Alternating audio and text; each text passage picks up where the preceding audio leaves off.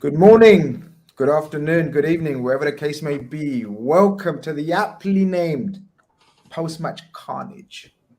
Finally, we're here to speak about a comfortable victory with no stress, no apprehension, no worries. We're here, people. Yeah, people in the chat already celebrating. Nothing to celebrate apart from a comprehensive victory. Bring on City. Here we go. Well done, boys. You'll never walk alone. It's a celebration. Bobby, man of the match. Such a big win for confidence. Love for Mauritius. Look at this. Amazing. When the Reds win, we all win, eh? Yeah. So you're all very welcome, people. As you come into the stream, make sure you do the obligatory liking the stream as I introduce you to the panel. Dean, Tom, Jamie, Dean, go first. How are you, mate? Hope you're doing very well. Yeah, good, mate. Good. Like I just said to you, everything seems better when the Reds win. So it's a great evening. It is a great evening, Tom. How are you, mate? I know Liverpool stress you out, and you're way too young to be stressed out. I really worry about you sometimes. I keep a close eye on your socials because you're the youngest, one of the youngest fellas I follow on social media. So I'd like to keep a good eye on you. I know they're stressing you out, and you're way too young for all this stress. I hope you're feeling better today. It's always nice when the Reds win. I mean, 7 goals, 3 different attackers getting 3 goals and assists combined. You know what's not to love? What is not to love? What is not to love? Exactly. Jamie, you're right, fella. How you doing? Yeah, I'm doing good now. I won't. If you asked me after 30 minutes, I don't know if the answer would have been the same. But yeah, I'm doing good. It's a great win. And someone on my channel, when we did the prediction show, actually predicted 7-1. And we Are you serious? And we laughed at him. I've got to say, we were cracking up. Oh, God. I don't know if he put money on it, but he should have. Oh, amazing. Well, as you know, I predicted the team a few hours ago. So I was like sort of very surprised and happy the team was pretty much, Jota's left out. Apparently he was supposed to start. Jurgen Klopp says he was supposed to start, and then the medical team gave him a little call just before kickoff. But guys, there's nearly 200 of you in here already. Thank God you're not in here to see me cry today. Hopefully there's no gremlins from Chelsea and United and Arsenal, even though you're all very welcome. And even if you are in here, talk to us now. Talk to us nicely today, please, because you've been very horrible to us the last few weeks. Very horrible. So it's time you be nice to us, because we ain't going anywhere too far too soon. Champions League nights. Dean, lineups, you'll look forward to lineup. Rangers, we knew that Napoli have smashed Ajax, so what it meant was we had to, if we get a win, we're pretty much through. And that, at this stage, was our only target with the season that we're having in the Premier League. Suddenly, this became more important than the Premier League for you, or how did you look at it? I know we spoke about it last night, but did you feel any different at come kickoff? Not really. I think that, like we said the other day, Grizz, you and I, that this is probably our most realistic opportunity for a big trophy now this season. So when the team came in, I was quite excited by it, to be honest with you, because I thought Jurgen had to make a few changes, and I think he did. I think some of it was to balance the squad for the weekend. Obviously, we got City at the weekend, so like Jamie said, the first 30 minutes or so was not as nice viewing as we would hoped it was, but all's well that ends well. It does, Tom. You see the team lineups come out. Your initial, because this is post-match reaction. So your initial reaction when you see the team lineups, what was going through your head, apart from Chris has got it right again? To be fair, I was just celebrating the fact that I predicted both an Elliott and a Carvalho start. I was just happy that them two were starting. I think the two kids have been bright when they've played the season before, even before today. I just think they need a little bit more game time, give them more opportunities, and today they proved it right. I was a little bit sort of iffy on the midfield. I didn't think there was necessarily the legs in there to really dominate it, but overall, I was. Before the game, I was like, I don't really care. I'm not really all that bothered. Just play whoever, because none of them have been fantastic. Really, it is. You're right, and I was thinking the same. I was thinking I was thinking Harvey Elliott and Carvalho starting. Carvalho. Fuck's sake, man. People always correct me how to say it, and I always say it the wrong way and I get told off. Is it Carvalho or Carvalho? Someone's going to tell me any second. I'd say Carvalho.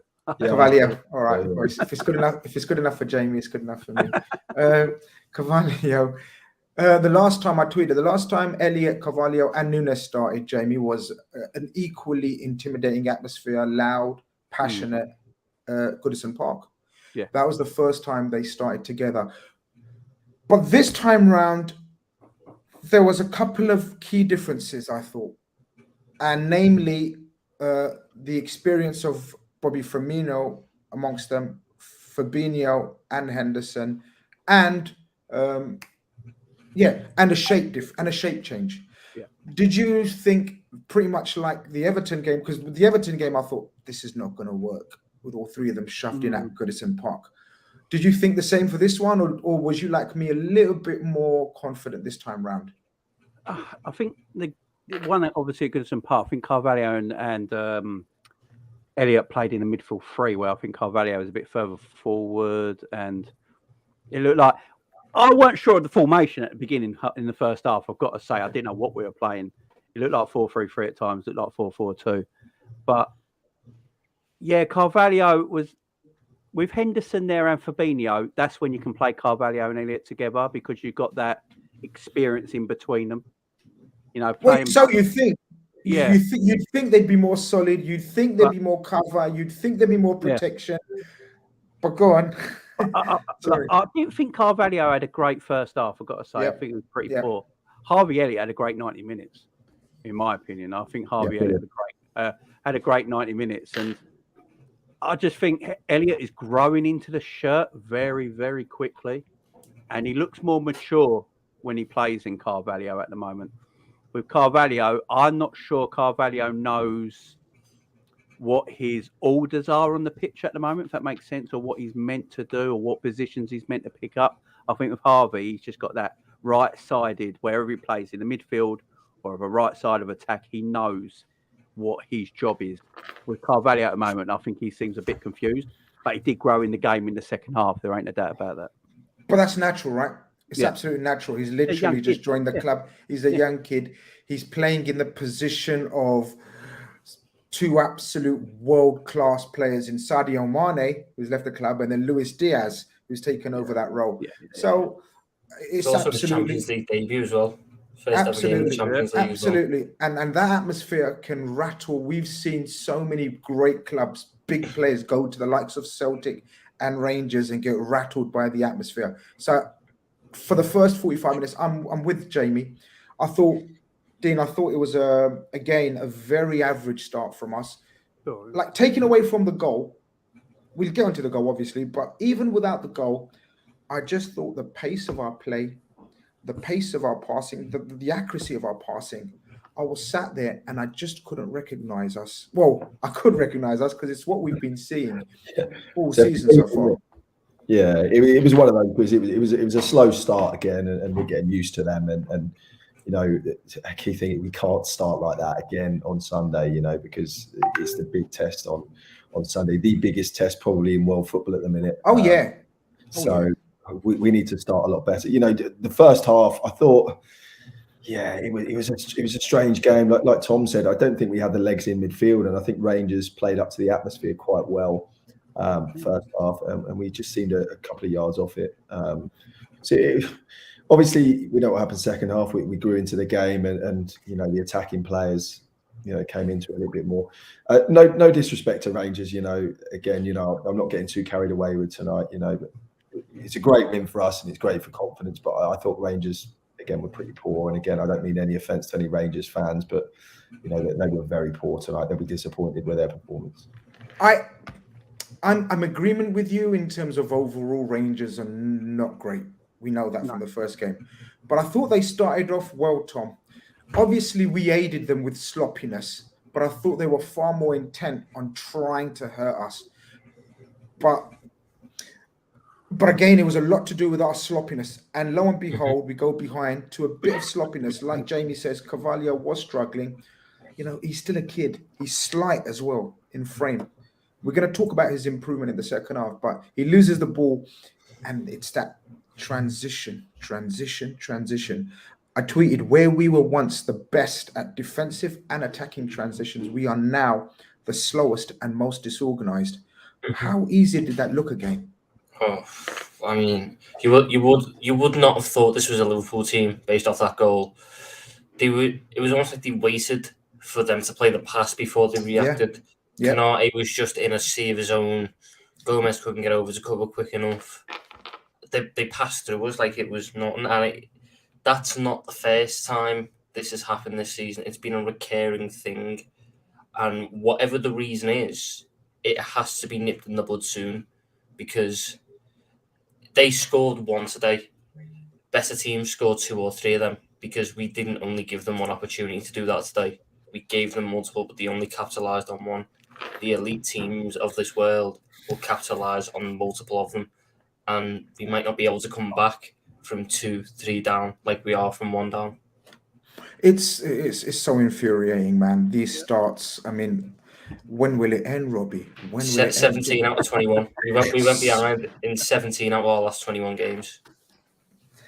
I mean, I don't know what to say on that, Jamie. And where do you start? Like, how do you resolve something like this? How do you fix something like this?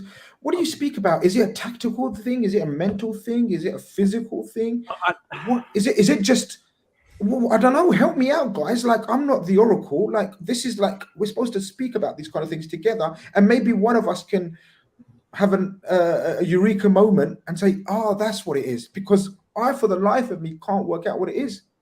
No, you're all right. I mean, I look at us defending at the moment, and when we're defending deeper this season as well, and we're conceding at a rate worse than we defended with the high line. Now, a lot of fans moaned about the high line constantly, but I think he's got away with it because he knows there's problems in the midfield cloth at the moment. So that's why I think he's gone away from this high line, and we're playing a little bit deeper. And because we're playing a little bit deeper, we're sucking opposition onto us. And because we haven't got the mobility in midfield at the moment, we can't get about opposition's midfield if they've got lively players in their wide areas, and we're struggling with that. I love Hendo, I love Firmino. They're great players, they're great servants of this football club. But at the moment, their mobility across the pitch is a major problem when we're defending deep and letting players come onto us.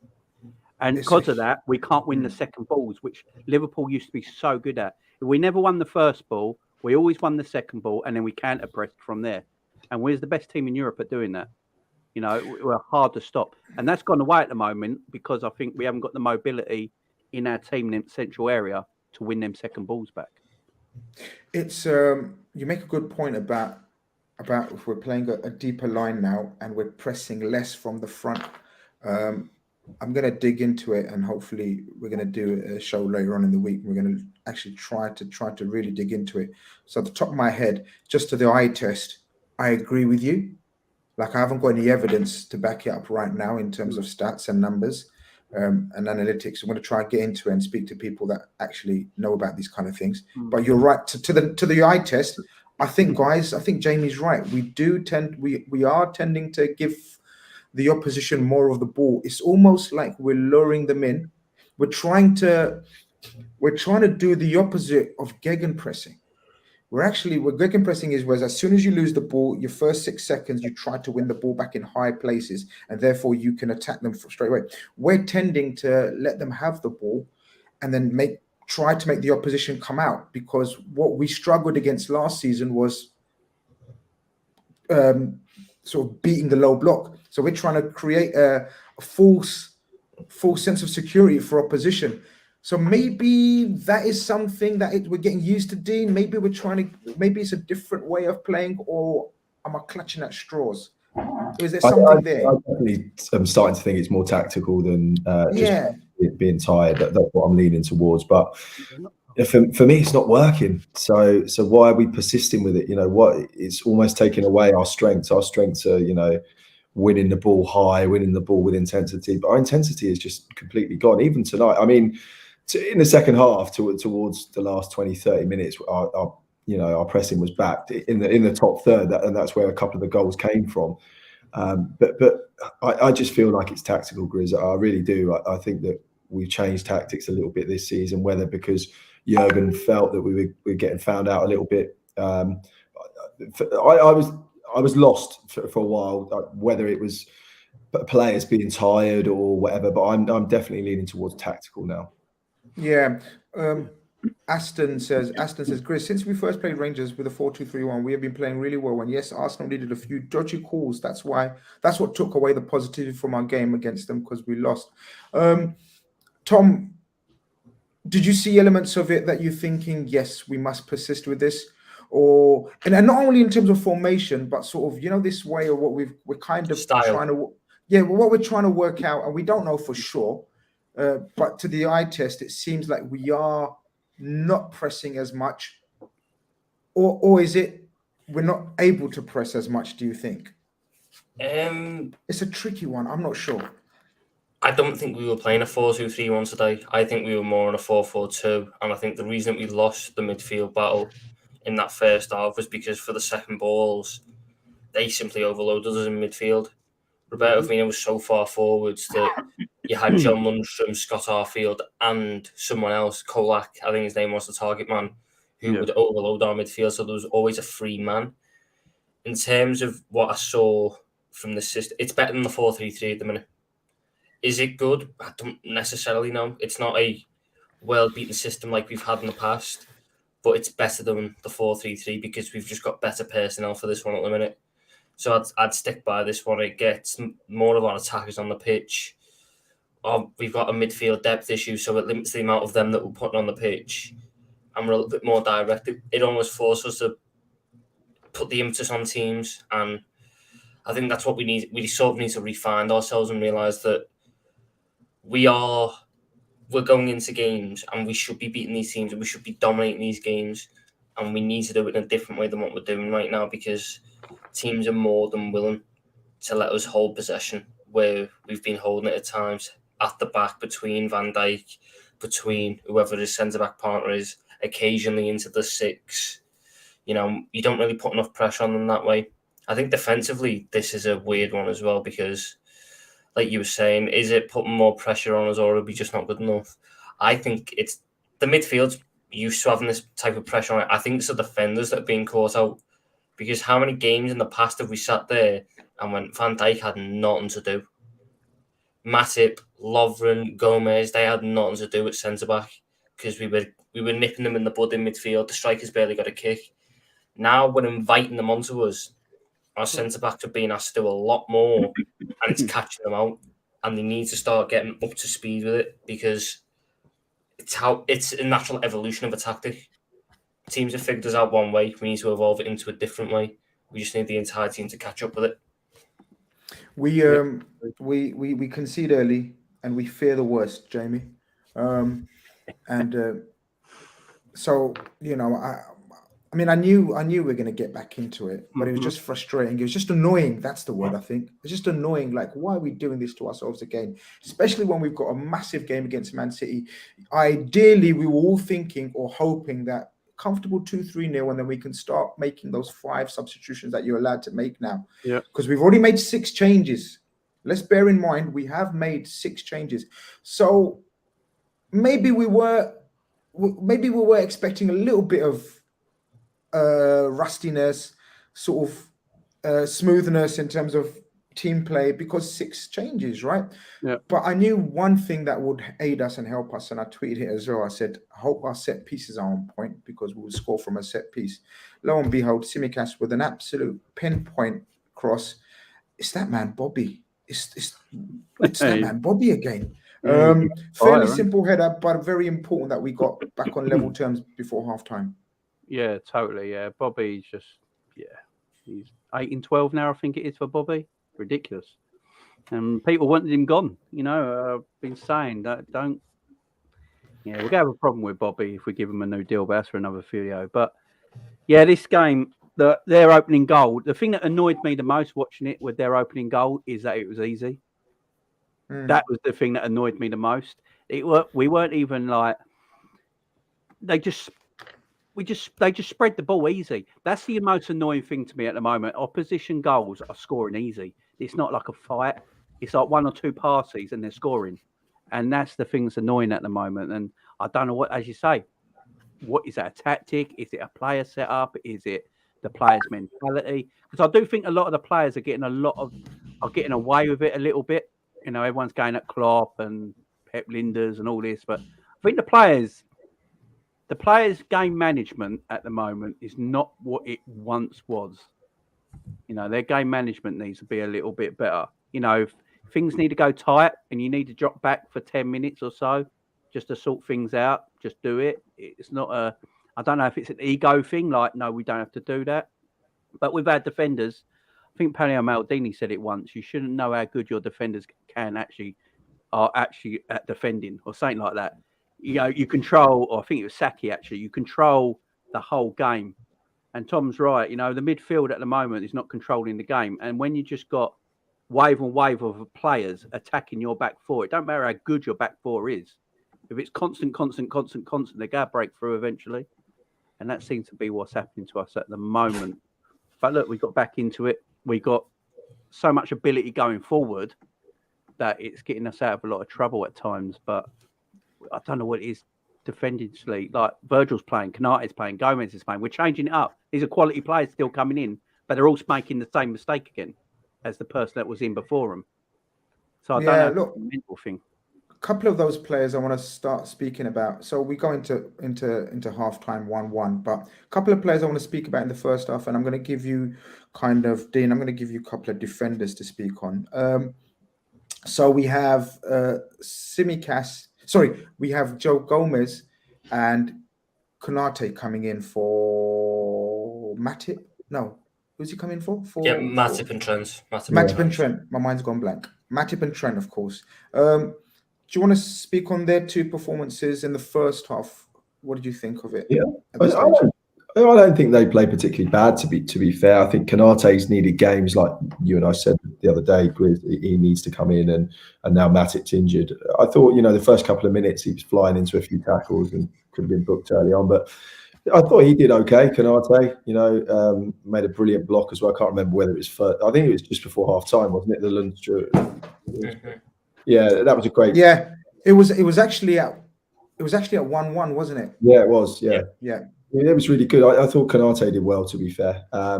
Joe Gomez as well. Again, pretty solid. He's very different to Trent, though, isn't he? And we all know that, you know. So Gomez is more of a defensive sort of minded fullback. I don't really think Gomez was to blame for the goal. I think, again, it came down the other side. And could he have got across it a bit earlier? Maybe. Konate as well, could he? It's just one of those, really. I don't think there was major fault between any of those for the goal. And obviously, you know, they improved in the second half as well. I don't think they were poor in the first half. I just thought they were, you know, just finding their way in the game. I thought both of them grew really immensely in the game, Tom. Yeah. I'm a massive Konate fan, like massive as him, right? And Joe Gomez, there was a couple of incidents where they tried to play in behind him, but he done the most basic thing for a fullback, which is go with the runner, cover the runner, because he's a natural defender. We obviously know about the eliteness of Trent going forward, and I want to say deficiency of Gomez, because wow, he's improved, and we get onto that. But you could see sometimes he didn't have the confidence to go forward or spray a pass. But I thought defensively, he was very, very sound. And Konate as well. I mean, I know that goal. Some people are saying he was out of position. I'm not 100%. He could have done much more. But what did you make of the two performances? I really in the first half. In the first half, I thought Ibu was our best player. Coming off that pitch at half time, there was a case we made that he was our best player. The aggressiveness, was it? But the first one, the one where he goes into Ryan Jack, I think is a very, very harsh foul. I think he wins the ball completely there. Clearly. And I think that was the marker for his game. He was winning everything in the air, winning everything on the ground, and he was better than Van Dijk. It's very simple to say he was better than Van Dijk in that first half. He was our best defender. He was our best player. Joe Gomez, I liked what I saw defensively. Attacking-wise, he's never going to be that. he's a centre-back. We can't be expecting fantastic on-the-ball qualities from him compared to what other options that we've got. But defensively, I liked what I saw, and I think that it opens up the possibilities of potentially playing a more adventurous right central midfielder, knowing that he doesn't necessarily have to cover for the right back as much. So maybe, we've done it against Everton when he brought on Firmino and he took off Carvalho and he played Elliott in a double pivot, but with a more free role. That's something that he can explore. Maybe playing Diogo that side with a lot more freedom. When Ox comes back into the team, maybe Ox goes there, maybe he goes with Elliott there.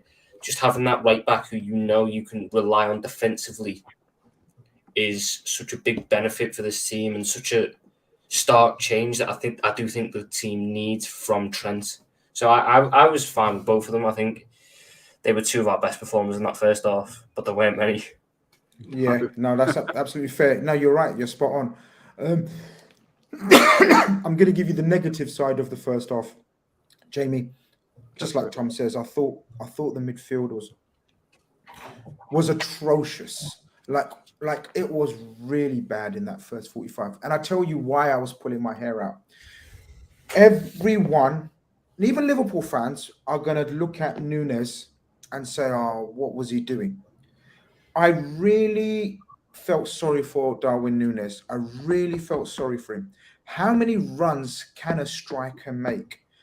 How many movements trying to make space can a striker do? Firmino and Henderson, and obviously Carvalho, but I don't want to lay on Carvalho because Carvalho's a kid. He's literally just joined the club. He doesn't know the positional sense yet. He doesn't know how to link up yet. He does because he's got better and better and better. Firmino and Henderson, and Tsimikas as well, you can add to that as well. I thought they were atrocious in that first half, Jamie. Oh, yeah. And I'm a defender of both players, but I can't. It was so amateurish what they were doing. Yeah, I was a bit shocked that Hendo started, to be fair. Because I thought he's been playing, and I thought he could do the rest. I was surprised. Firmino, he hasn't started in 2 games, so I weren't surprised that he played. But bloody hell, he didn't do himself any justice starting. No, not in that first half. Eunice is spot on. He didn't get a single pass in front of him. Everything was to his feet. All to his feet or behind him. I saw Darwin making his runs through the channel and in between centre backs is first class. Guys, sorry, Jamie, very quickly. Guys, Jamie, did you remember even in that first 5-10 minutes, someone done one of those aimless balls into a channel? Chased it down. And he chased it down. I can't remember who. I think it was Gomez. Yeah. He was getting pressed by the winger, and he just sends it up. He just sent it and he chased it down. And he made something out of nothing. We haven't had a striker like this. We need to utilize him. He's an absolute warrior. But our passing in that first half was so bad. And it wasn't even because we're not trying to do forward passes. Even trying to keep the ball was shabby. We couldn't even keep the ball. Never mind try forward passes. Sorry, Jamie, I cut you off, but I just remember that one thing. Yeah. No, you're correct. I mean, everything was to his feet. But Firmino, there was times where it looked like Firmino had his studs just caught in the turf. Like he couldn't, and he always looks off balance recently, and I don't know what that is either. I don't know what it is. He just looks off balance. He looks like he can't get his feet off the floor properly quick enough.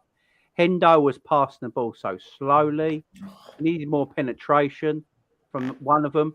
And Hendo was playing the deepest, which I didn't understand either. Hendo was playing deeper than Firmino. Firmino was getting forward. And my problem is if Fabinho's going to be the one getting forward, Firmino ain't got the movement to get back. That's the problem with it. It was just a mess. Tsimikas, that was his worst performance this season. He's been absolutely awful. He ain't playing Sunday. I can tell you that right now. Robbo straight back in the team. It was a nice change when Robbo came on. Do you see the energy Robbo gave just in 10 minutes? It's just ridiculous. Well, we'll get into that second half. Look, and my biggest worry, Dean, I knew we were going to win, and I tweeted so much. I said, we're going to win, but this is unrecognizable.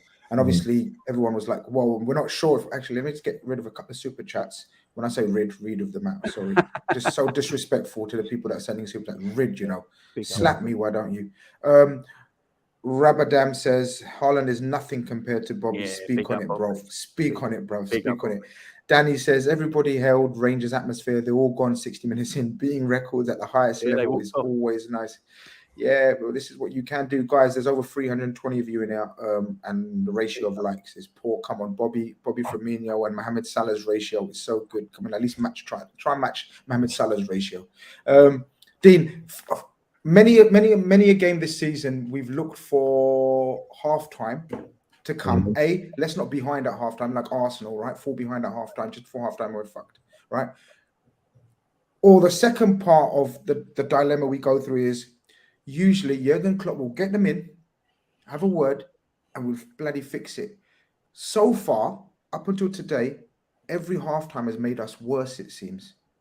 But this time it was totally different. Did you see that? Yeah, springing their step straight away. Yeah, definitely. We came flying out the blocks, didn't we? Second half. So Jurgen must have, riled them up a little bit. I think that's, like you said, that's probably the best start to a second half we've had it in a while. We came out and looked sharp. Some of the performances second half particularly were very good. I mean, Bobby for the 90 was excellent. For me, my man of the match probably was Harvey, though. I thought Harvey, just the whole game was just brilliant. His energy in there on the ball, he was always positive.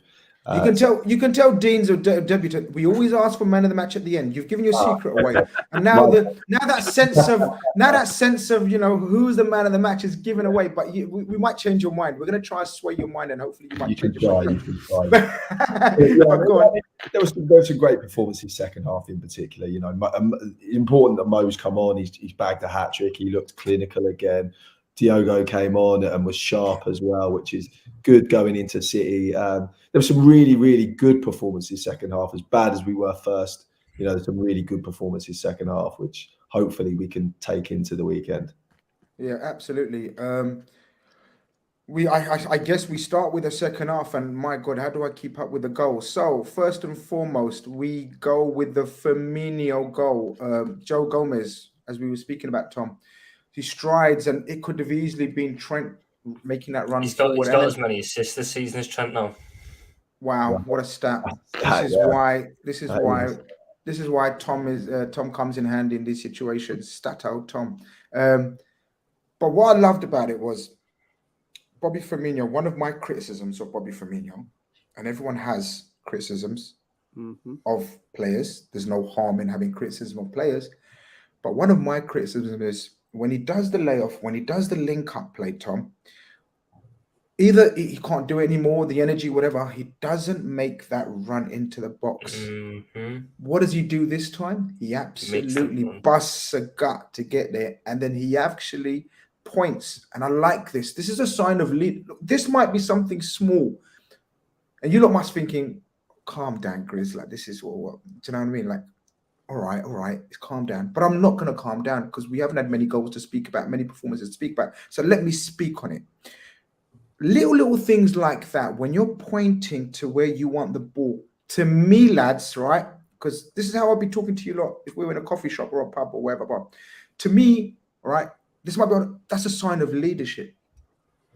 He's telling a younger player, this is where I want the ball. Bobby doesn't always do that. He makes silent runs. Do you guys?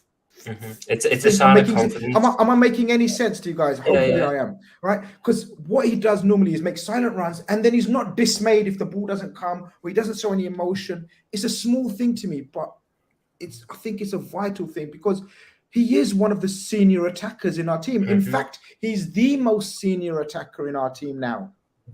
Let's not forget, he's the one that's been there the longest. And so, therefore, when he made that run, I thought, okay, he's gone past Nunez, right? That's the first thing.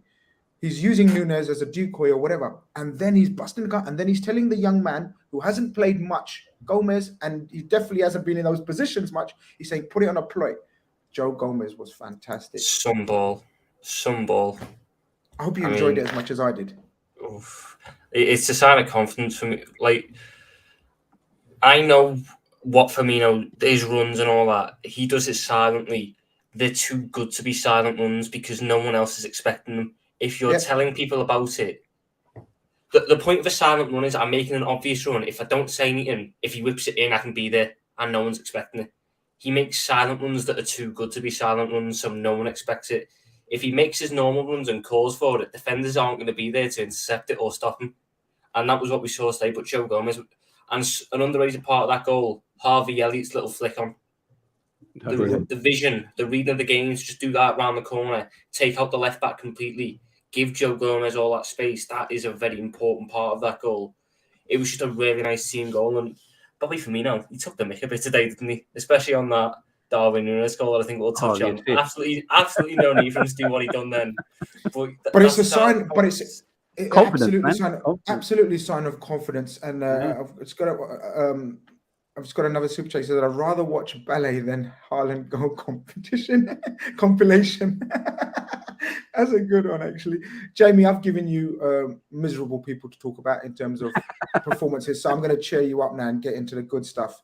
Bobby Firmino, as Tom says, the flick for the Nunez finish. Yeah. Nunez absolutely deserved a goal. I couldn't have let Nunez get off the pitch without scoring, because the guy busted gut. He was making horizontal runs, diagonal runs, everything. He just wasn't getting the service, but he got the service with a little bit of icing on top, with a little Bobby flick. I'm not sure if he needed to do it, lads. I don't know, but who gives a shit?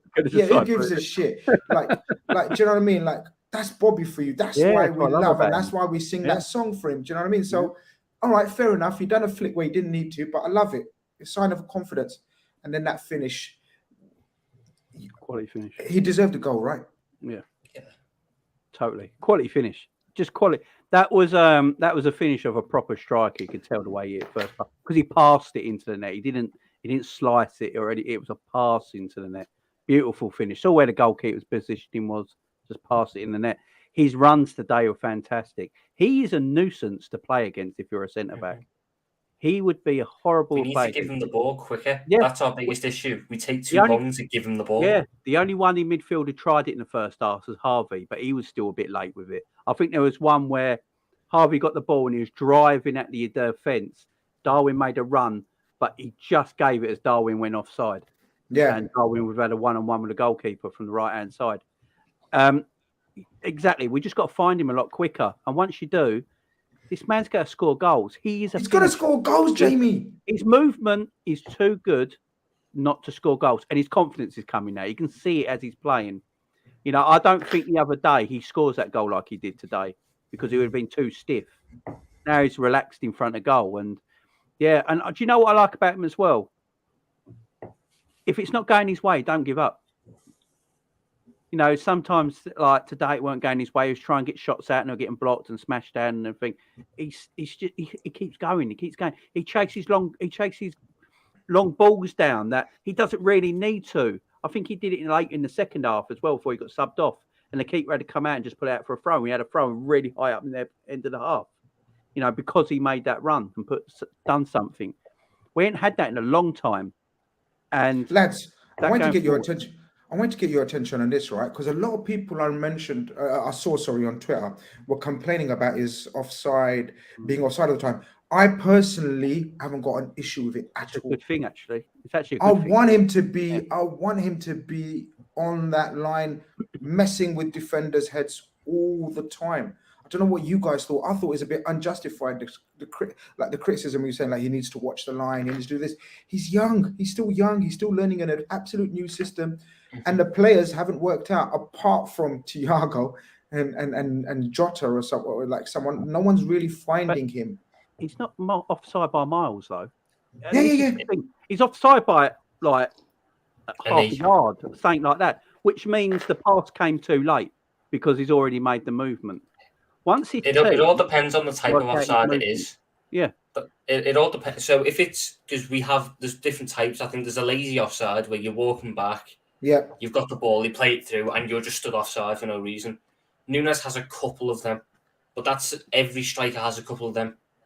The ones where people unfairly get onto him are the ones where he's now re-arching his run back, and we're not playing it quick enough. He can hold a run really well.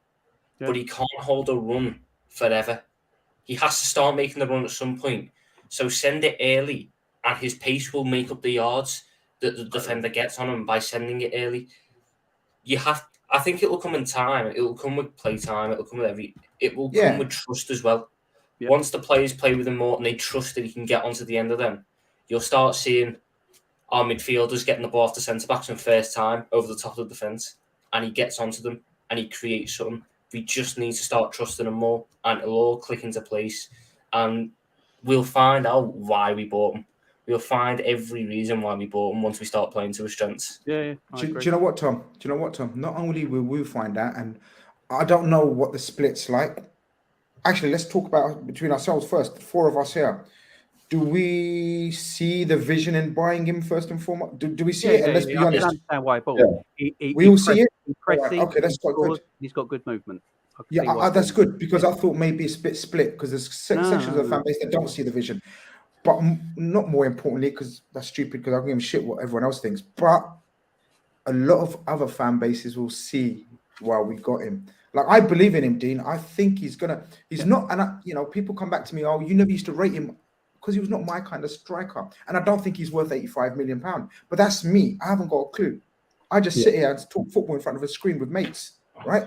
But the people that looked at him for Liverpool know what they were looking for the next variety or evolution of our attack.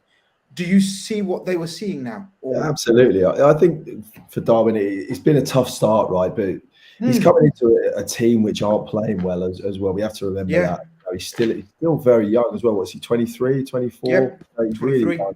Yeah, and he's come to a new league. I don't think he speaks the language yet as well. So it's really difficult. I think he's done okay so far. I don't think he's been amazing. I think that he's been good, and there's definitely promising signs, and there's definitely more to come from him.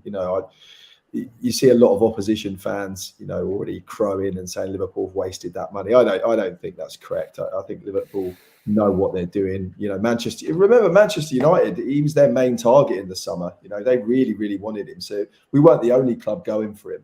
I think he started well. I think there's a lot more to come, like you say, and I think he will prove a lot of people wrong. Tonight, he was good again, like you say. His work rate was great. A couple of offsides, but like you say, that and Tom said that it depends what type of offside they are. If he's being lazy and not getting back on side, do you remember that? Do you remember the Al Hadji Diouf offsides? They were the annoying ones where you had to throw stones at him. Yeah, they were different. They're different. Yeah. The Balotelli offsides. I might remember. Exactly. I know them ones. El Hadji Diouf was before my time. I might remember. Oh yeah, sorry, yeah. But do you get why? Sorry, Tom, you can mute this. But do you remember, guys? El Hadji Diouf and Balotelli types. They're different. Yeah, they were lazy. These ones, they were lazy, Jamie. Yeah. These ones are totally different. Cav makes a very good point. Is this our Cav, Jamie? Yeah, it's Cav, yeah. All right. He says his biggest attribute is actually his attitude. He's a warrior. That's exactly what I said. He never gives in. He likes roughing it up as well, which I like as well. Don't let centre backs have it easy. No, exactly.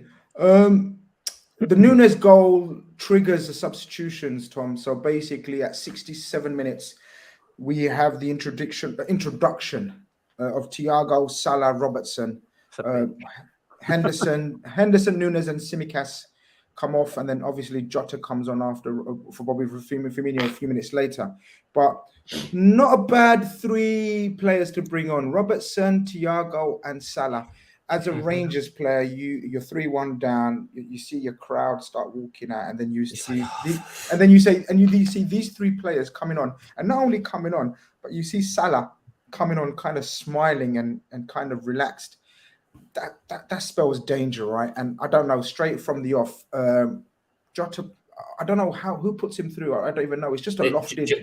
Jota got all three assists. Jota got all three assists for all of Salah's goals. Yeah. First time that's happened since Stan Collymore and Robbie Fowler. For Robbie Fowler's not a bad combination there. Probably before your time, but me and Jamie and Dean definitely before my time. Sensational. They hated each other. Yeah, they hated each other. And each other on the pitch. But they were so good together. It was unreal. Collymore and Fowler. Oh my God, people have forgotten about how good they were together. But we digress. Sorry, Jota and Salah, Tom, that first goal. We saw a different side of Diogo Jota today. I think he's got a lot of unwarranted criticism about his link-up play in recent years. Since he's joined, he's not good at the hold-up play. He can't pass a ball. He's now 2 assists off his last season total, and we're on the 12th of October. Wow, love it. He's developed his game really well. And Klopp's come out post-match and said that it was a different role Salah played instead. He played as his more traditional inside forward. You have to stick with that. This man is a 3-time Premier League Golden Boot winner, 2-time PFA Player of the Year winner. Don't make him facilitate. Let the man score goals, because he can facilitate just as well from an inside position, and you still carry the threat. I thought both of them today were fantastic. The only gripe that you can have is Jota should have scored instead of Harvey Elliott. How he's missed that, I'll never know, but at least it gave Elliott that goal he deserved. But the pair of them today, I've criticised Klopp's in-game management a lot this season. I don't think it's been up to par. A lot of his substitutions have been questionable. A lot of his in-game tactical decisions have left you scratching your head wondering what was going on. Last game, Joe Denson, right wing, what was that all about? But today you got them all spot on, and it really paid dividends. I mean, you could tell with Salah's goals, he was just on it. All three of them were special in their own way. That second one especially, how quick... people praise the vision to see, McGregor off to the side. I'm so impressed with how quick he got that shot off from his touch. He puts his foot on it and straight away. That's what does it. How quick he's able to get his shot off. And I think that's something else. I know we've moved on from him now. Darwin Nunez gets his shots off incredibly quickly, which is something that is so desirable in a striker. Not one who takes it and then adds another touch and another one, sets themselves, and then it's blocked. It's one touch, bang. Keepers can't react, defenders can't react. Them two together, if you can play them in their perfect roles together, dangerous. Sorry, go on. Sorry. It's just. I'm excited. I'm excited about the prospect of them two. I can't wait to watch them. We've missed them. We've missed them together. We've missed them. We haven't had a chance to see them, especially this new system, Jamie, where there's an extra attacker. Yeah. People that have been watching my platform or my channel or whatever will know that I cried out all season. I don't know, Dean, if you've been watching as well. All season I said this season we will go into games with an extra attacker, whether that's a forward or whether that's an attacking midfielder. And lo and behold, we have done that. So there's going to be teething problems. So we've talked about our defensive problems, but if we analyze it, going forward, we haven't got an issue, Jamie. We've scored, I don't know how many goals, 2-3 goals in near enough a lot of games, right? Even against Arsenal, we've scored 2-3 goals. So something's about to click. Now, we know Bournemouth were on the end of a hiding, but we've really revved it up. Take into consideration, Rangers aren't very good. We still revved it up, and you could visibly see it on the screen. The passing was crisper, and I don't want to get onto the main guy that I want to speak about. I want to keep him right to the end, but let's speak about Mohamed Salah. Continue, because in the second goal, like Tom says, that low backlift. That's when these are the kind of goals people he scores in warm-ups. Yeah, warm-up drills. Yeah, where you just casually yeah. You know what I mean? It was like a warm-up drill out there for him. It is. It's just a quality. This is what I've been saying. Like, Mo Salah is an elite forward. He's up there with all the elite forwards in world football. You stick him in front of goal, he's going to score 20 to 30 goals a season. It's as simple as that. He might frustrate us sometimes, because sometimes he'll not, he'll score the harder goal more than the easier goal, but he'll still score in a game. Where we've been playing him this season has been a bit strange, playing him out so wide and all that. I think we're trying to work out how to play Darwin Nunez, and that's the reason.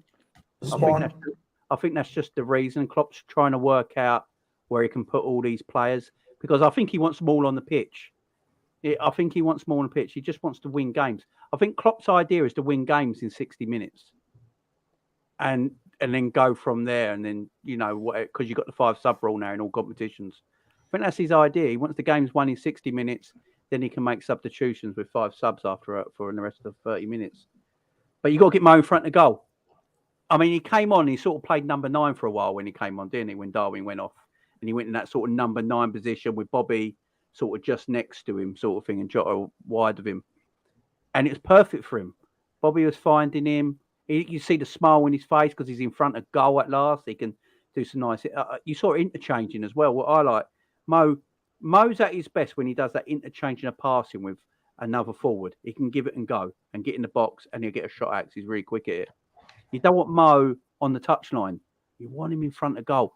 Hopefully, going forward, this is what we can do now. I know people. I've been seeing people on Twitter and after the game, some people in the chat already saying, just stick Darwin and Mo up front together in a 4-4-2 against City. I mean, we have got options. I was just going to say that, Jamie. Do you know what it is, lads? It's quite dangerous. We may not have any fucking midfielders right now, and the ones that are like playing like OAPs, right?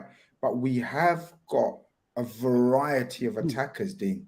So why not just shove them on the pitch and go wild like his first season, and then hope that Virgil warms up and is warmed up and learns how to defend one-on-one again, and Konate be fine, and Trent will have his defensive header again. Just go wild. I don't know. Is there an element of you that says, you know, we haven't got any midfielders this season. We'll just try and make do with whatever two, and then the other four just go wild. Well, yeah, at the moment, it seems that attack is the best form of defence for us, isn't it, really? Like you said, you know, our attack hasn't been that bad this season if you analyse it. You know, we've scored enough goals. It's just the midfield and the defence which hasn't quite been there. You know, get as many of them on the pitch as possible, but I'm not sure whether he'll do that on Sunday. You know, I'm not sure whether he'll be more cautious in that game. But, you know, I do agree there's certain games when we can get, you know, all of those players on the pitch at once. It all depends right now. So we've got some midfielders coming back. We've got Curtis Jones coming back. We've got Ox coming back. Do we start seeing them in more games? Like Tom made a really good point. Maybe with Trent out, you know, Ox is someone who can play that right side and give us a little bit more going forward from that position. So be really interesting if he gets a chance, because he was a little bit out of favour at the back end of last season, Ox, which I thought was a bit harsh, because during African Cup of Nations, he played really well. He bailed us out. He bailed us out a couple of games. Yeah, he did really well. Yeah. So it was surprising to me that he sort of was frozen out at the back end of the season. You know, he didn't really get. It was the Forest game that done him in. The reaction coming off the pitch, I think that really, you know, stunned Klopp and sort of put him on the back burner. I hope he gets another chance this year. I think he needs this chance as well with his contract expiring, a chance to put himself back in the shop window again. But check this out, lads. Check this out. This is what's right. I'm going to digress for a little while, but you know, just the Ox chat. This is the formation that could help Ox, lads. Definitely. Yeah. 4-2-3-1 or a version of 4-4-2 or whatever the version is. Him on that wide right, even on the wide left, and then releasing Mo to play through the middle is fucking options galore right there, you know, lads. Yeah. Because I think this will help Ox. We're trying to play him in an attacking 8. I just don't think he's got the game intelligence to play in as attacking 8. Honestly, I love Ox. I love Ox, right? And I was really happy when we first bought him, and I was so excited. But obviously the injuries have taken toll on him, and he hasn't got the physical attributes. Jamie, I agree with you. But he's never had game intelligence. It was always his physical prowess, quick shooting, dynamism that made him a standout for me. His game intelligence. Now he's having to rely on his game intelligence after the injuries. Maybe I'm a bit cruel. He plays as a winger. He plays as a winger when you play him in centre mid, and he potentially exposes you, which is why if you've got Gomez at right back now, someone who's more defensively minded, you can sometimes, not all the time, it will catch you. Do we want? Yeah, no, but you can tell Ox. You'll give him a little bit more free rein to drift out into them half spaces out wide and do what he does best. And he's arguably the only player in our squad that can shoot from outside the box. I think Carvalho can. I think Carvalho can shoot more and more. Yeah. I think Jota should shoot more. I don't think he's the only one that can, but I think he's the only one with the confidence to consistently. He does have a go. He has a go at it, and I like that. 100%. Just a couple of super chats before we start talking about the two characters that I really want to end up. Well, 3, I guess. We still haven't spoken about it enough. Amir says, "Lol, I sent a blank message in my last super chat. Here we go again. Are we back? Question mark. What a game! Did Salah play more central? He absolutely did, Amir. He absolutely. As soon as he came on, he was through central. We don't know if he prefers going through the center." Or if he likes the position that he's played in all his career. Yeah, just a little bit wider, that central position. I think he likes. I think he just likes goals. Whatever He position just wants to get the goals. He just wants to get in front of the goal. Keep him there. Exactly. Guys, still 320 of you guys in here. Still the ratio of likes is poor. I mean, I don't know. What's the occasion? It's a happy occasion, right? So press a like. 313 should be 313 likes. Simple. Well, really, technically speaking, but you know what I mean? It's not. The Reds have won the first away game all season. Yeah, no best occasion for it. Hip hip hurrah! But what was your favourite Mohamed Salah goal? Because that third one was Mohamed Salah's back. Now, I liked the first one because that reminded me of. Do you remember when he pulled the ball out the sky against Palace but blasted it? It was a different finish, but I love the way he pulled the ball out the sky, showed his strength, and then done a Romario type toe pop finish. The second one Tom talks about was, let me just quickly remind you, and then you guys can choose and talk about it. The second one, what Tom described was the short backlift, instantly sees where the keeper is and bang. And then the third one was the old Mohamed Salah, where we've missed that finish from Mohamed Salah for ages and ages. Feel free one by one. Which one was your favourite goal? Third one for me. It's just Mo Salah, isn't it? That is just a Mo Salah goal. I do like the old toe poke finish. I've got to say. I do. The old Romario finish. You won't know him still. But yeah. But Salah, that third goal. It's just Mo Salah, isn't it? That's all you can say about it. It's just a Mo Salah type goal. The third one, yeah. Dean? I like the second one. Like Tom says, he got that shot away really, really quickly, and he caught McGregor out. I like that one. And Tom, I think you said you really like the second one, didn't you? That's the first one and the third one are fantastic technically. The second one is the way you read the game as well. He's read that chance to perfection. And how he's went like that from controlling it to a ball roll shot like that. That's mental. Not many players in the world can do that. First one was probably the hardest one, though. I would probably say the score. But the first one's the one which had like the least amount. When he gets that ball, I'm sat there going, he's just going to pull that back or something. Yeah. Not, he's going to take that down on his weak foot, do one, and then toe poke it through McGregor's legs. Yeah. That's just.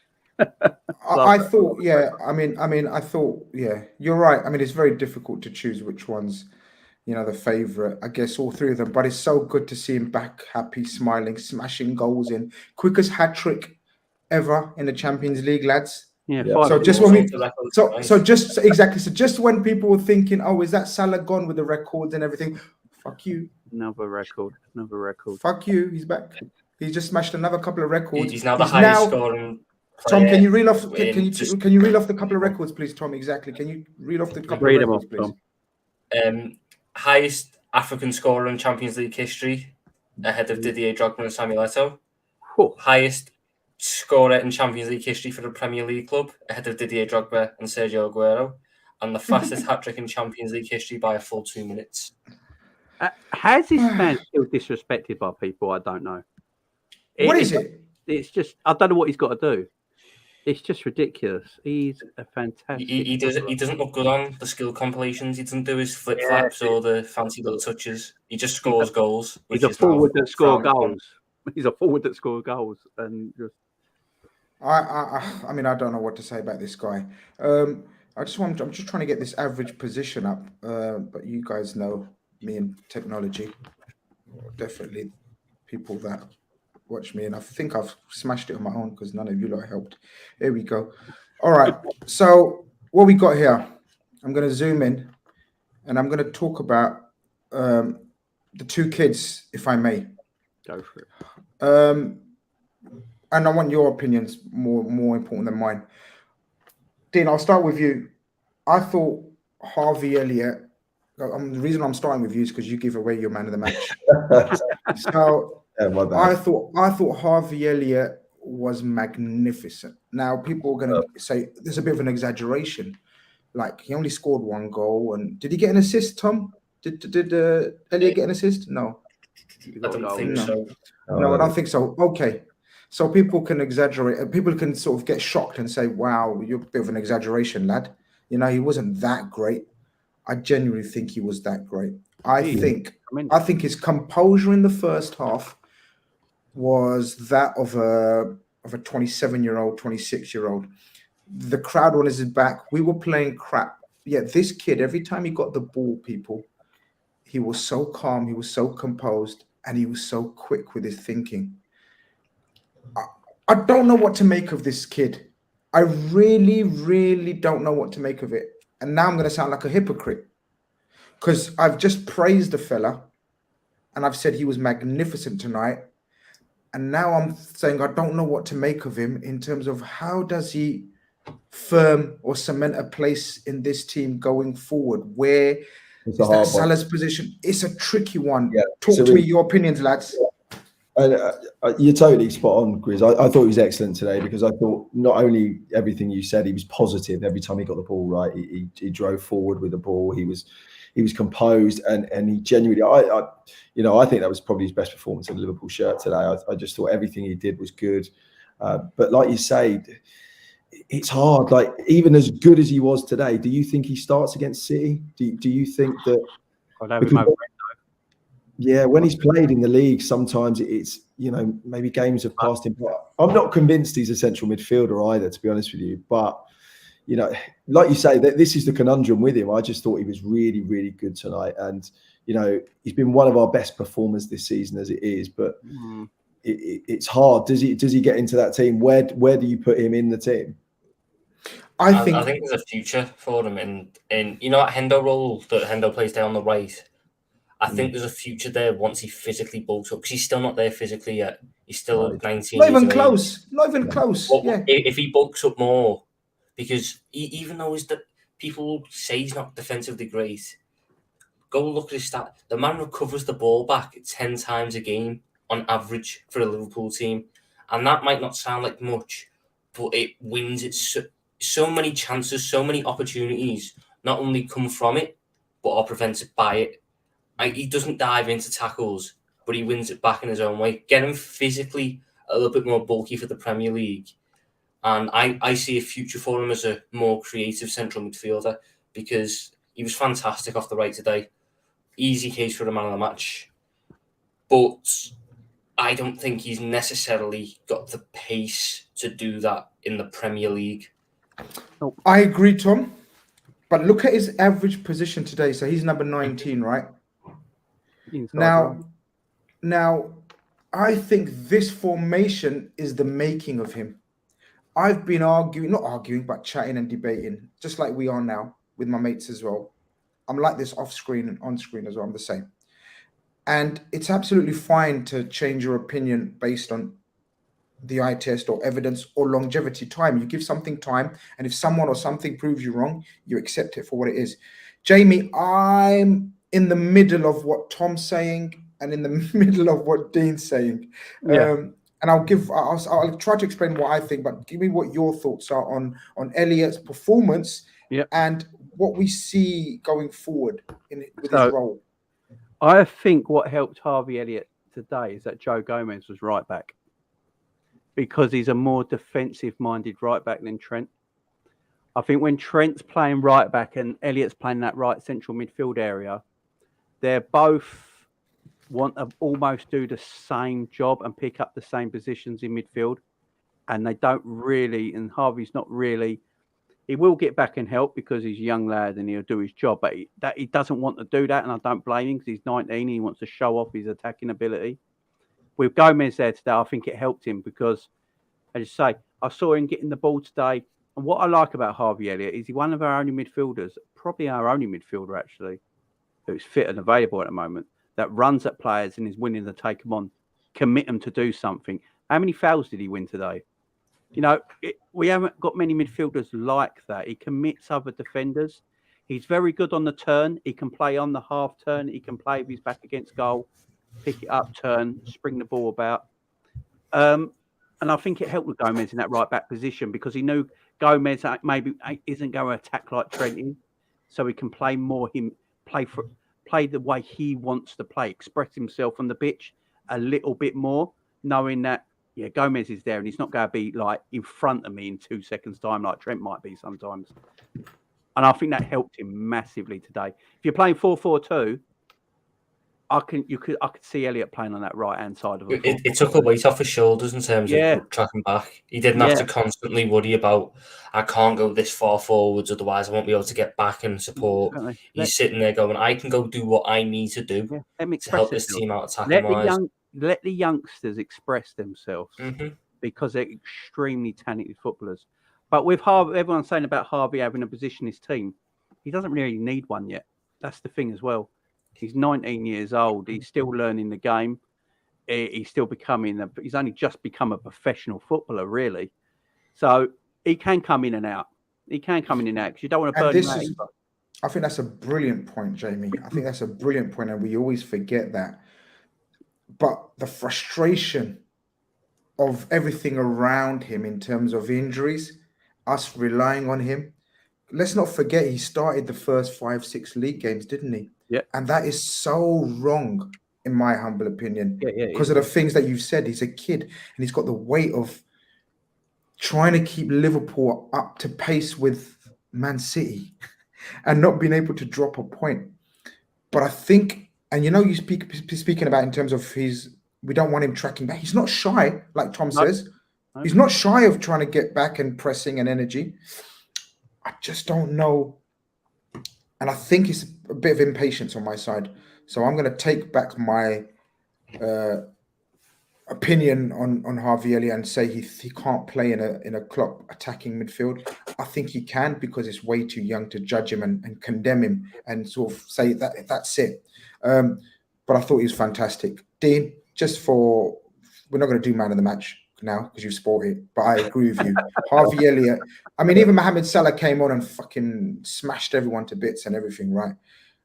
Harvey Elliott was man of the match for me. But Fabio Carvalho, Jamie, Fabio Carvalho, I'm coming to you because I agree with you. He did have a very iffy first 45 minutes. Yeah. But I really thought he came into his own second half. And it was just a small glimpse. I agree. It was a small glimpse. But I tell you what, this kid can play. Oh, he can. The thing with Carvalho, say the first half it didn't go for him. But then everyone, apart from Bobby, was terrible in the first half, really. So, when you're playing with everyone else off form, it's going to be harder for you. What I noticed in the second half is he started to pick up pockets of space better. And when you start to pick pockets of space up better, other players go pass into you quicker. And then when Carvalho's got the ball, he's got the technical ability to actually do whatever he wants with the ball in space. And with Carvalho as well, the same as Elliott, I'm in no rush to see these players every week. I just want to see them progress as a professional footballer. He's 19, same as Harvey. They're young guys. I know everyone, it's because we live in a world where Foden is a young lad doing his thing at the moment, and apparently Harvey Elliott's got to be like Foden, and it's a nonsense. Just let young players develop when they want to develop. And if Carvalho's not playing against Man City or doesn't come on or anything like that, that's fine. He'll have plenty of games this season. And like in this game, he was poor in the first half, like a lot of players were. But in the second half, he started to pick up space. And once he picks up space, the players will find him, because the players, they train with him every week, every day. They know how good he is technically. So once he's got that space, he gets better at it. He gets better at finding pockets of space in the attacking third, because that's where you want him. You want him in and around the box in that attacking third in space, because he's the one who can find a little through ball, try and chip it. I think he tried it in the game. He tried a little chip over. It didn't quite come off, but he's willing to try these things. So that's what we need from him. But again, no rush for him. His development's coming along lovely, same as Harvey's, and they've got bright futures. I totally agree with you. Fabio Carvalho and Harvey Elliott, at any other club, would be waxing lyrical about them. Oh, look at those two kids, wonder kids. We should be targeting them. Well, we've already got them. The frustration is we're thrusting them into the first team because of the injuries and because of the pace that Man City are setting and Arsenal. And therefore, it's just so unfair on them, isn't it, Dean? Like, Fabio Carvalho, I don't know what you think of him. First, I've spoken to you. If we look at his position again, very inverted. He doesn't hug the touchline like Sadio does or like Diaz does. He played it completely differently because his natural 10, he wanted to come in field. Again, this formation may suit him going forward. Yeah, definitely. Yeah, definitely. And I thought he linked up really well with Harvey as well. He did. A couple of times that they've played together, they've got history playing for Fulham through the youth ranks. And yeah, again, I thought Fabio grew into the game. I don't think he had a great first half, but I think in the second half he played well. He found some good pockets of space in there, and like I say, he linked up really well with Harvey. So yeah, positive signs. And I agree with Jamie. Look, there's no rush with Harvey or Fabio. Just give them time to develop, and I'm sure both of them will be, very, very valuable to Liverpool in the future. Big up Zuberi every time, channel member and a regular on the call-in show. He says, Carvalho and Elliott showed me today that 4-2-3-1 formation is more sustainable and unpredictable. Grizz, I have a lot of negatives in this 7-1 win. You never walk alone. I love Zuberi. Can you make a note of those negatives on a pen, on an iPad, on your phone or whatever, and I'll speak to you Saturday, son, on the call-in show. Meaning you can go through every negative that you want. I'm always here for you. Big up you every time. Zuberi always chooses negatives in the highest moments, which I love about him. We won the Charity Shield. We won 9-0, and he came with negatives every time. Sorry, he came with negative. Every time we lost and drew, he came with positives.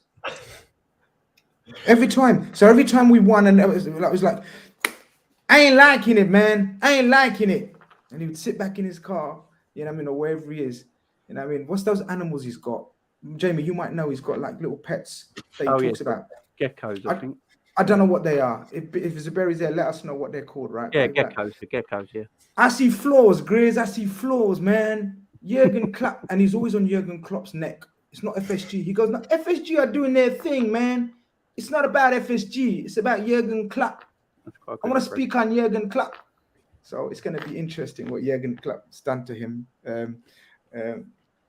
So that'll be interesting. That should be a fun call-in show. Conroy says, hit the likes box. We're very close to finishing up now. Still 300 of you guys in here. Jota comes on. Little cameo from Jota again, Tom. I know you're a fan of Diogo Jota. He just... I love him. Like, to some people, he may not be the most technically gifted, but his hunger, his desire, on top of a talent of knowing when the goal is and causing danger. He's a chaos causer. Mm-hmm. Causes chaos. He makes you panic. Yep. And he creates space, because then suddenly defenders are trying to get the ball off him and he's shoving you off, and he looks like he hasn't got the ball under control. Suddenly there'll be 2-3 players, just like the goal. So he didn't get the finish, but because of the chaos he causes, it falls to Harvey Elliott. I think we've missed Jota so much, Tom, this season. So much. Any team would miss Diogo Jota and what he brings you. I've called him since the start last year the third best poacher in the league. I still think he is, because Haaland's here now, but he's went above Cristiano Ronaldo in terms of how much he plays and all that.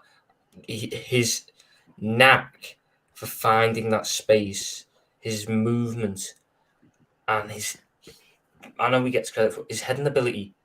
For someone who's not that tall, the man's got a leap on him, and he gets a fair few header goals. I love the man. And last season, I remember it was City when we drew 2-2 at the Etihad, and he was in for a lot of criticism, and I couldn't believe it. The man's a striker who scored. What more do you want from a man?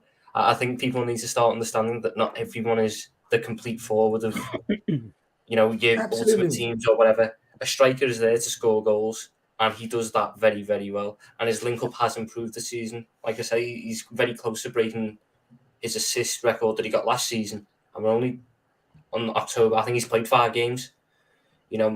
Something that's really interesting with our attack. City's a big game. Not very confident going into it, but we could play an attack that in the past 2 games, our right winger got a hat-trick. Our attacking midfielder has 3 goals and an assist in 2 games. Our left winger would have 4 assists in 2 games, and our striker's got 2 and 2. It's a very, very informed attack that's full of confidence. I'm tuned out of City in a sense that I don't think we're necessarily going to cause all. This isn't a game that it was in years gone by where we were up there challenging. So I'm not as tuned in for this one. West Ham afterwards, though, that run we've got afterwards, where we've got Napoli, West Ham, Ajax, teams like that. I think Jota's going to be so important off the left, because in that position, he gets right in that channel between a centre-back and a full-back. And that's where, like you said, he causes chaos. They don't know who's picking him up. Is it the right back and then you free up Robbo? Or is it the centre-back and then you free up Bobby? you free up a late run from midfield. He's fantastic at that, and I can't wait to see more of him. I love the man, and the best £40 million bargain you'll ever see, that man. And I hope he keeps his form up and starts adding a couple more goals, because once he gets that first one over the line, he's that kind of striker, isn't he? He's that kind of attacker. Yeah, yeah. He's a false very left. Streaky. He's a false left. You know, you got a false 9. He's almost a false left because he plays. Left. He plays. He doesn't naturally play as a left side. When he plays that left side attacking role, he's not naturally doing it as you would like a Diaz or a Mane, something like that. He wants to get right in front of the sticks. That's where he wants to play. But he's technically better than people think he is. No, this myth that he's not technically very good. He is you only got to hear Ronaldo talk about him. He thinks he's the next big star in Portuguese football. You know, more than a lot of other players over there. He's an extremely, extremely talented footballer. He doesn't need to score. Look at today, 3 assists. You know, his ability on the ball. He's very good at dribbling. He's a good dribbler of the ball. He's got very good ball. He's got good close control, and he's strong. He isn't like an easier knockover. Very strong. Like that. Very strong. You don't look at it. No, yeah. he's you don't look at it. Yeah, He's got that knack of. Do you remember Torres used to power past people? Yeah. Like, you know, with sheer brute force sometimes. Wasn't pretty to always look at, but he always used to get past players. Jota does the same. Yeah. Before we go to sort of our thoughts on up and coming weekend, John says, Trent, Elliott, Salah, right side. We've tried that, John. It can work for some games, but I guess it depends on the form and the opposition. You know, it's a tricky one. Horses for courses, John. Horses for courses. I don't think it will be the go-to right side, but it could be in certain games. Dean, how's your mood now for Sunday? Few of the big boys got a little rest. Few of the big boys got a bit of a confidence boost. Few of the big boys got a nice little run out. How are you looking now with Man City? Is it a case of, I don't know what it's a case of, because we're not winning the title. We're not in a title race. But so therefore, is it a case of do not lose to Man City for you almost? Or are you saying it's at Anfield, it's Pep Guardiola, we still want to put one over them and see how it goes from there? Definitely. I mean, I don't think tonight changes anything, right? I mean, nothing at all? No, I don't think so. It's great for Mo to get confidence and you know, for the goals to go in, but I don't think that game tonight will have any impact on City, right? So what I will say is we want to beat City, you know, regardless of whether we can win the league or anything. I was thinking about this the other day. So do you remember the game? Anfield really needs to be a cauldron, like hostile. Like the last game I went to between City and Liverpool was the 4-3. I can't remember whether you boys remember it. I think it was Salah's season, and Bobby sort of nudged out. When we were 4-1 up, and then they came back. That's the one. But I was on the cop for that game, and the atmosphere at Anfield was electric that day, right? So we were making it really hostile, whistling every time City had the ball, and just really making it uncomfortable for them. And I think that's what we need on Sunday again. So, you know, I think the crowd needs to be up for it. I think the players will be up for it. I think it's, you know, it's always between Klopp and Pep. I think it will always be tasty, you know, pride and tasty. So I don't think, like I say, tonight changes anything. You know, good for confidence for a few players to get goals, but I think Sunday is the real test to see where we are really. You know. Tom. A, same questions. Does it change anything? And B, how do we go into this? How do we go into this selection-wise, tactics-wise? So let's just assume, well, we know Trent's out. We know Diaz is out. Let's assume we've pretty much got the same squad of players, I believe. Yeah, unless I've forgotten something. No, pretty much same squad of players. Yep. How do we approach Sunday now?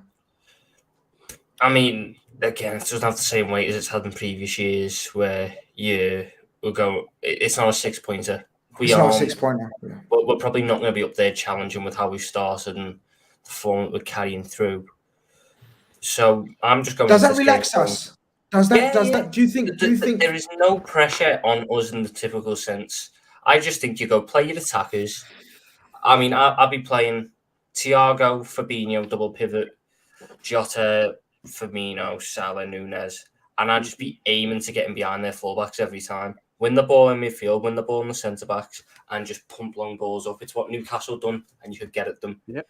You can get at them with these balls and behind when they start pressing forwards. The atmosphere at Anfield needs to be electric. It helps you so much. We got away with it today. I reckon if we hadn't scored as quick as we done, that atmosphere would have continued and built up and built up and built up, and we could really start to struggle. It's so important, the atmosphere, and we need it there because it hasn't really been there all season. Yeah, but I'm not going into this with like massive expectations. I'm not going into it expecting a win. I'm not going into it expecting a draw. So I'm just here hoping that we do ourselves proud with the performance, and I see some nice attacking play where the wingers and the Firmino and Nunez, who've started building up this confidence in recent weeks, getting their goals, getting their assists, can just continue to build on it with decent play. I'm a bit optimistic, actually, because I think Gomez playing and not Trent is massive. I think that's massive because he is a defender. He's a defender. He defends.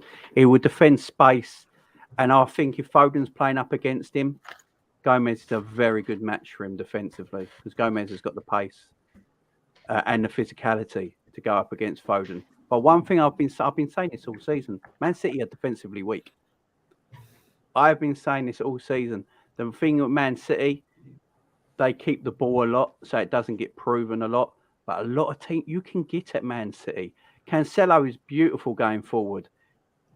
I see him get run past all the time. He's not great defensively. Their centre backs. Well, have we forgotten? Have we forgotten Mo Salah's run against Cancelo put him on his bum last season? Was it last season? Yeah. If you put Salah, Darwin Nunez, Bobby, and Jota against this City defence, we are going to cause them problems. There's no doubt about that. Nunez can drag their centre backs here, there, and everywhere. We are going to cause them problems. It's just the other end because they've got an alien up front. Let's face it, he's just a machine. He was born in a lab. It's just ridiculous. And he's probably going to score. So let's just say it, right?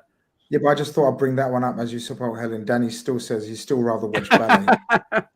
But what we got to do, we got to make sure Kevin De Bruyne don't get the ball. That's what we got to do. How do we do that? You play Milner and you just double foot him and get a yellow card. With what looks like two OAPs in midfield, how the hell do we stop Kevin De Bruyne? Because he's the key to. He's the key to everything. He's the key to everything. Well, I say that, but I don't know about you guys. But do you know what's mental? We actually stopped him very well last year, and it was Curtis Jones. Yeah. Curtis Jones done a really good job of stopping him because he just had that. He wouldn't put the tackle in. He's not a great tackler, I don't think, Curtis Jones, but he was able to stick with him. He had the pace to stick with him and just block passing lanes. Whoever we're going to put up on him just has to be quick enough to deal with him. Yeah. You're not going to stop Kevin De Bruyne in the sense of flying into tackles, nipping the ball off him. He's too good at that. Just do what. I love the Ander Herrera against Eden Hazard. He never tackled much. He was just there. If Eden Hazard was going to go for a piss mid-game and Ander Herrera would be in the stall next to him, that's all you've got to do. When tasked with that, just stick on him. You're not going to tackle him. You're not going to outmuscle him. You're not going to nip the ball off him. But just make yourself known. The problem is Henderson can't do that. Fabinho can't do that. Thiago can't do that. So that's our problem. Who can? Harvey's too young. And the thing is, I don't think it's Jurgen Klopp's in his mindset. We just got to play our way. We just got to play our way. Yeah. I'm more Jamie than Dean and Tom, in that I'm going to balance it up and I'm going to be a bit more positive. I think this game today, confidence is a massive thing. People, we talk about psychology in terms of when it goes against us. So all we've been hearing from variety of people, sources, media, whatever, it's the psychology of being last season's bridesmaids, whatever, and we just missed out on this, we just missed out on that. Psychology, we put that down to psychology. Well, psychologically, we will be in a better place. Not in the place where we want to be, but in a better place where we were a couple of hours ago. City struggle at Anfield. And City know he rested Foden and Haaland for a reason. Even though, Copenhagen, they were through, he didn't need to, he'd done what he needed to do. He didn't bring them on. He knew what he was doing. He knows they're going to want to be on full throttle against us. And I think we will be on full throttle. I think we're in for an absolute humdinger. And I don't think we're afraid. I think he's going to have them really revved up that we're not going to be afraid to go toe-to-toe with them. No. And as you said, Jamie, not many teams go toe-to-toe with them because they're scared. We're not scared. In fact, the last game we went toe-to-toe with them was only about 8 weeks ago, and in the Charity Shield, and it wasn't pretty. We haven't got the same energy. We haven't got the same confidence that we had in that game. But sometimes it takes an opposition like this to bring out that level in you. Equally, it could go tits up. If we concede first to this lot. Oh, yeah, it's a long night. Yeah. If we concede early to this lot, we won't see the ball for ages. No. We won't see the ball for ages. But if we get that first goal against these lot, like we showed in the Charity Shield, and Anfield gets a hold of these players, because Anfield do a performance from us, but Anfield do a performance for the players as well. Yeah. So I'm excited. We'll obviously start building it up on my channel as the days go on. People, thank you very much for joining us. You're still free and review. I love you loads. Smash a like on your way out. Make sure you tune in tomorrow. We've got Eurostars. Have a recap of, apparently there were some mad games. I was too focused, but Barcelona free, Inter Milan free. Europe, ain't they? They're in Europe. No, they're not. They're clinging on apparently with that last second equalizer. They're clinging on. 92nd. Unbelievable. So we've got loads to get through on Eurostars. Dean, Jamie, Tom, as usual, thank you very much for coming on. Great chat as always. People in the chat, hit the like on your way out. We'll be back tomorrow for Eurostars, and then we'll get a big build up for the Man City game. I've got Big Steve in the building, so that could get a bit, that could get a bit tasty, but it is what it is. I can take him one. But love you loads. Over and out. This has been Post Match Carnage. Take care.